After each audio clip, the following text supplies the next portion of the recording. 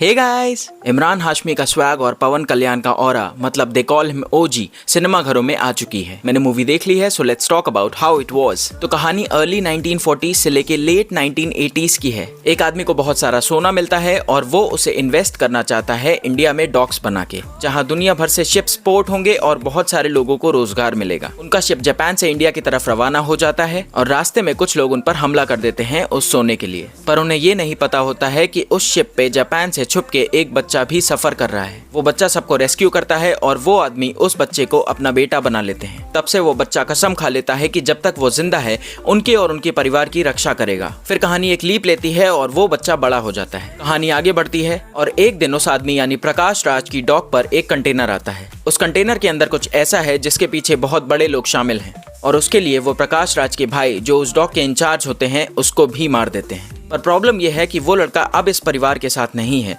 और इतना सब हो जाने के बाद भी वो नहीं आता। पर क्यों?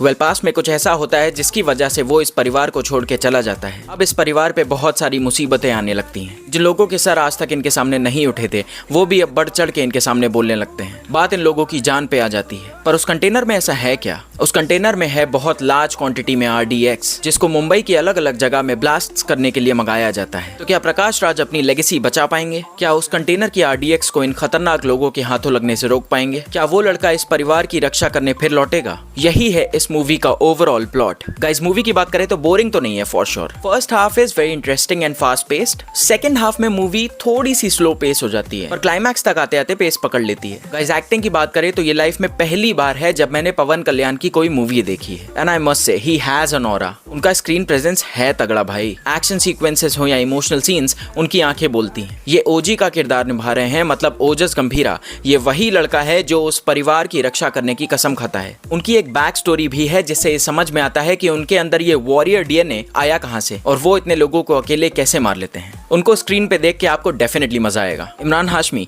ये ओमी का किरदार निभा रहे हैं। वो RDX से भरा कंटेनर इन्हीं का है। He is ruthless, he has swag, he is brutal. इनको हीरो जितना स्क्रीन स्पेस नहीं मिला है पर काम तो ये हमेशा ही बढ़िया करते हैं। प्रकाश राज ये उस डॉक यार्ड के ओनर का रोल प्ले कर रहे हैं। इनका कैरेक्टर एक बहुत ही अच्छे इंसान का है जो हमेशा अपनी फैमिली के लिए खड़ा रहता है। इन्होंने भी काम अच्छा किया है। अर्जुन दास ये प्रकाश राज के भतीजे की भूमिका निभा रहे हैं। ये अपने पिता के कातिल का इंतजार कर रहे हैं, बदले की आग में जल रहे हैं। इनका ज्यादा काम नहीं है पर इन्होंने एक्टिंग अच्छी की है। श्रेया रेड्डी ये अर्जुन दास की माँ का रोल प्ले कर रही हैं। She has a powerful screen presence और इनका काम भी बढ़िया है। Verdict between yellow and green and I will give it 3 out of 5 stars। One time watch, logic मत ढूंढना। It's a mass masala entertainer. Enjoy the flick. So that's all for this video. मिलते हैं अगले वीडियो में। Bye bye.